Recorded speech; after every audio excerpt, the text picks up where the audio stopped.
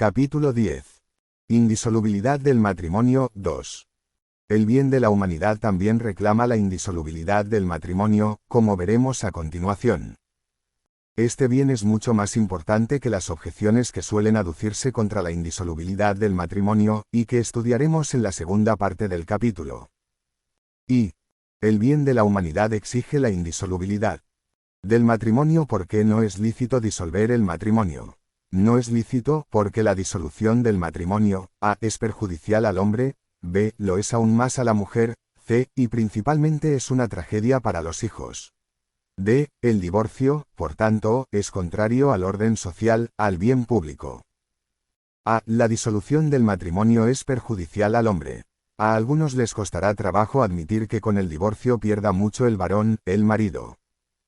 ¿Cómo? Si queda libre como el pájaro que pierde el pájaro al salir de la jaula. Así reflexionan algunos. Qué pensar más rastrero y superficial. Si se miran las relaciones del hombre y de la mujer desde las alturas del cristianismo, se presenta muy distinta la situación. Se descubre el abismo hacia el cual el hombre se precipita a causa del divorcio y el gran daño que le hace a su alma. El matrimonio indisoluble y monógamo es un postulado inconmovible del cristianismo.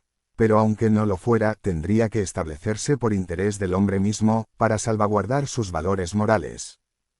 Dios Creador ha dispuesto que los sentimientos de amor, eros, que se encienden entre un hombre y una mujer tengan una misión sublime y una fuerza portentosa. Pero cuanto más sublime es la misión que Dios le ha señalado a este sentimiento del amor, tanto más terrible es la ruina que ocasiona al que abusa de esta fuerza portentosa. ¿Cuántos son los jóvenes de gran talento que estaban llamados a hacer cosas grandes, cuyas vidas han resultado un fracaso, simplemente porque se dejaron prender por el eros desordenado?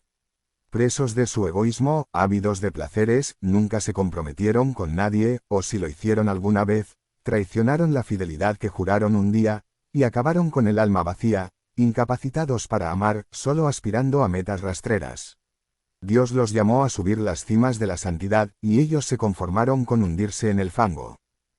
b. Si la transgresión de la indisolubilidad del matrimonio es perjudicial para el hombre, lo es mucho más para la mujer. Es tan conocido el triste destino de tantas mujeres abandonadas, que no es necesario detenernos mucho en este punto. ¿Cuántas son las esposas que, después de dar todo lo más valioso que tenían al hombre a quien se entregaron en el matrimonio, fueron abandonadas, despojadas de todo y arrojadas literalmente a la calle? Desamparadas, solas, tuvieron que llevar difícil, en medio de grandes estrecheces económicas. Solo su rectitud moral y su vida de unión con Dios les dieron las fuerzas y el consuelo necesario para poder afrontar su nueva vida y sacar adelante a sus hijos. Muchos objetarán que hay mujeres que parece que no lo pasan tan mal, que se casan nuevamente, por segunda y tercera vez. Algo que suele suceder por lo regular en las clases más adineradas. Pero, aún así, ¿qué pensarán sus hijos? ¿Qué pensarán de la fidelidad, de la maternidad, del matrimonio, de la familia, cuando estos sean mayores? ¿No estarán más bien escépticos y faltos de ideales? c. Y llegamos a grave daño que causa a los hijos.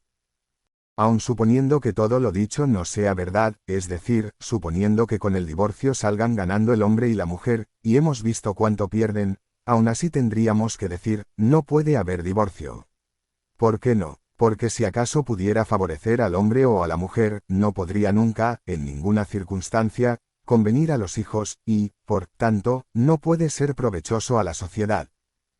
Podríamos llenar muchas páginas demostrando hasta qué punto la buena educación de los hijos exige que los padres vivan juntos y cuán grave peligro, cuyas consecuencias se dejarán sentir durante toda la vida, es para los hijos el que los padres se divorcien. La tragedia empieza ya al incoarse el pleito del divorcio. Se libra una batalla enconada, desesperada, entre los padres, quién ha de tener al niño, el padre o la madre. Y de ahí la zozobra del niño, cuando se ve ante la elección, ¿quién ha de ser el preferido, su padre o su madre? Y no es infrecuente que el fallo del tribunal divida a los niños, y vayan unos con el padre y otros con la madre. Ya tenemos el divorcio. Empieza la educación de los hijos. Educación. ¿Qué clase de educación? La madre, o el padre, que ha conseguido conservar consigo al niño, hace, muchas veces, lo posible por extirpar del alma del pequeñín todo el amor natural que siente por otro cónyuge. Y el cónyuge a quien se le despojó del niño, hace cuanto puede para recuperarlo, incluso algunas veces utilizando los medios más inicuos. Los hijos serán siempre las víctimas de estas querellas malditas. Pobres huérfanos de padres que viven.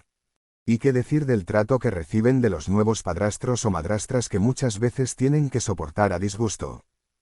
Dime, lector, ¿tendremos derecho a indignarnos si estos niños acaban de mayores siendo unas personas desequilibradas o incluso violentas o delincuentes? ¿A quiénes habrá que culpar sobre todo? No cabe duda que a los padres que con su divorcio causaron la perdición de los hijos.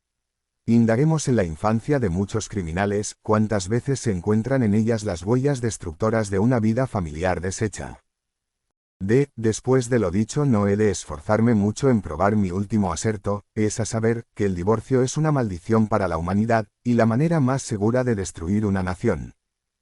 En este sentido, la gran lucha entablada en este punto, sobre la conveniencia o no de legalizar el divorcio, no es más que una batalla más de la guerra que el paganismo ateo ha declarado contra la concepción cristiana del mundo. Los partidarios últimos del divorcio no buscan tanto el remediar el sufrimiento de los matrimonios desdichados, como el procurar desviar a la humanidad de los mandamientos de Dios. Pero aunque esto no fuese cierto, tampoco se puede estar a favor del divorcio, por esta simple razón, porque la sola posibilidad del divorcio ejerce una influencia desmoralizadora sobre la sociedad, paraliza su ánimo de lucha y retrasa en gran manera su educación moral. El divorcio nunca es un acto noble, edificante, sino una tragedia, una bancarrota, un desmoronamiento. Es una tragedia moral que ejerce una gran influencia nociva incluso sobre las familias sanas que permanecen unidas.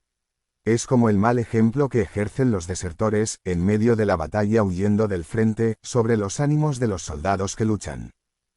Si todos los esposos están convencidos que el matrimonio es indisoluble, para toda la vida, procurarán ser más indulgentes entre ellos, refrenar sus caprichos, dominar su mal humor, por el bien de la familia, es decir, tratarán de educarse a sí mismos. Mas, si admiten la posibilidad del divorcio, en cuanto surjan graves contratiempos y dificultades, fácilmente huirán cobardes de la lucha, se acogerán al divorcio, evitando así tener que esforzarse por ascender la empinada cuesta de la santidad matrimonial. 2. Objeciones contra la indisolubilidad. Veamos las objeciones más corrientes que se suelen poner a la indisolubilidad del matrimonio. No permitir que se divorcien es una crueldad, exclaman los que tienen que soportar la cruz de un matrimonio mal avenido. La vida de miles de matrimonios ha de ser un infierno porque hay un principio, el principio de la indisolubilidad, que la Iglesia no permite tocar, y quien lo paga somos nosotros. ¿Qué hemos de replicar a esta objeción? ¿Hemos de dudar de su sinceridad? No, dicen la verdad, pero el mal está en que solo dicen la verdad a medias. El principio de la indisolubilidad, nos dicen, es la causa de que la vida de muchos matrimonios sea una pura tragedia. Es cierto, pero no es la verdad completa. Le falta la otra cara de la moneda. Gracias al principio de la indisolubilidad, miles de matrimonios permanecen unidos, la familia sale robustecida, lo que redunda en un gran provecho para la humanidad. No miremos solo el aspecto sentimental o más sensible del problema. Gracias a las exigencias que impone la indisolubilidad del matrimonio han salvado su matrimonio muchos esposos que de otra suerte se hubiesen divorciado. Por ser fieles al amor que se juraron tener, procuraron aceptarse mutuamente, ser indulgentes con los defectos del otro, estar prontos a perdonar. Puede haber 1000 roces en la vida matrimonial, pero todos estos roces pueden vencerse si se tiene esta convicción santa: no nos es lícito el divorcio, Dios no lo quiere. Tendré que tolerar muchas cosas, lo sé, tendré que perdonar mucho, es cierto, pero nos juramos fidelidad eterna y no hay más remedio que cumplirla. ¿Qué le vamos a hacer? Procuraré cumplir lo que prometí, aunque me cueste grandes sacrificios. No nos olvidemos que el matrimonio, aun el normal y bien llevado, es un sacrificio continuo. Mas para que hacer posible tal sacrificio, Jesucristo ofrece unas gracias especiales, las gracias que brotan del mismo sacramento del matrimonio. Mucha gente, aun entre la gente piadosa, tiene una idea muy superficial de lo que significa contraer matrimonio. Piensan que es el culmen del enamoramiento, un derretirse de ternuras, una felicidad continua, y se olvidan de lo más importante, que es un auténtico sacramento. Sacramento que asegurará las gracias necesarias para que, a lo largo de toda la vida, cuando vengan los días difíciles y se ponga a prueba la fidelidad de los esposos, sepan amarse y sacrificarse el uno por el otro. Ve, todo esto lo sé muy bien, me contestará, ¿acaso, algún esposo que sufre mucho en su matrimonio? Todo esto lo he probado, pero ni así podemos soportarnos. No fuimos creados el uno para el otro. Es un infierno la vida en común, un verdadero infierno. Ni siquiera en estos trances puede haber divorcio. Sí, es posible el divorcio no vincular, la separación, pero no puede haber segundas nupcias. Cuando la Iglesia ve que la vida común se ha hecho realmente imposible y que es desgraciada a más no poder, entonces permite que los cónyuges se separen, que dejen la vida en común, pero con esto no se disuelve el matrimonio. Los lazos perduran también en este caso, hasta que muera uno de los esposos. Mientras los dos vivan, no les es lícito casarse nuevamente. No es lícito. ¿Por qué no? Porque nuestro Señor lo prohíbe terminantemente, como vimos en el capítulo anterior. No se trata aquí de una ley de la Iglesia, de una disposición dada por este o aquel pontífice. Lo que un papa prescribe puede derogarlo otro, pero lo que nos ha mandado Dios, lo que mandado mediante la ley inculcada en nuestra naturaleza y también mediante un mandamiento expreso, nadie puede cambiarlo. Los cónyuges separados tendrán que permanecer así sin contraer nuevo matrimonio, ya que el primero no ha perdido su validez, y por este motivo tendrán que rezar y hacer penitencia el uno por el otro, para reparar las ofensas que se hayan podido cometer, para perseverar en su fidelidad, aunque vivan separados. Además, han de permanecer en esta situación de libertad para que no haya nada que dificulte una posible reconciliación, si quisiesen volver a vivir juntos. ¿Cuántas veces sucede que precisamente la parte culpable vuelve a la sensatez, después de la separación y comprende todo lo que ha perdido, todo el mal que hizo, y sinceramente arrepentido desea volver? Sobre todo si le acontece alguna desgracia o enfermedad. No agradecerá en estos trances que no haya podido contraer nuevas nupcias, porque así tiene abierto el camino para el retorno. Todo esto es muy hermoso. Pero la vida real, por desgracia, está muy alejada de la vida ideal. Matrimonio indisoluble, fidelidad conyugal, una familia unida. Son ideales sublimes, pero no se da cuenta la Iglesia que mucha gente no los sigue. ¿Por qué no cede un poco? Así no perdería millares de fieles que se van porque no se les permite contraer un segundo matrimonio. ¿Por qué no lo permite la Iglesia? ¿Por qué? Porque esto sería la bancarrota de la humanidad. Sí, la Iglesia ve con pena cuán alejados se quedan muchos esposos cristianos de los ideales elevados que ella les propone. Y, con todo, no mitiga sus exigencias. No las mitiga por el mero hecho de que no puede ir contra los mandamientos de Dios, no las mitiga porque si lo hiciese estará justificando de alguna manera el proceder de los esposos culpables y los haría persistir en su concepto frívolo del matrimonio. Y, lo que es más, desanimaría a los esposos que tratan con esfuerzo de permanecer unidos aspirando a la santidad. Es lícito rebajar los ideales por el mero hecho de que haya personas mediocres y pecadores que no los quieran vivir. Sería lícito tapar el sol por el mero hecho de que existen ojos enfermos que no lo resisten. Comparemos las dos posturas y hagamos un balance. ¿Qué consecuencias trae la indisolubilidad del matrimonio? ¿Y qué consecuencias trae el que el matrimonio se pueda deshacer?